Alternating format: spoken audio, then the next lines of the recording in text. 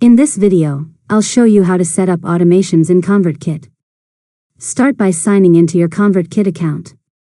From the dashboard, click Automations in the top menu. Next, select Visual Automations to open the Automation Builder.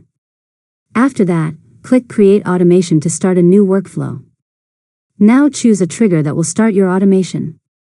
For example, you can select Form Subscribed, Tag Added, or Purchase Made, depending on your goal.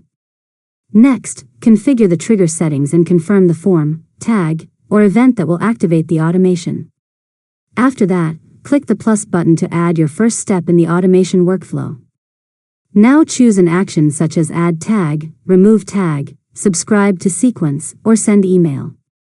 Next, continue building your automation by adding conditions, delays, and additional actions to guide subscribers through different paths based on their behavior.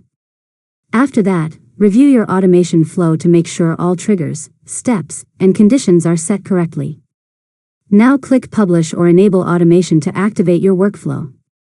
Finally, test your automation by triggering it with a sample form submission or tag change to confirm everything is working as expected.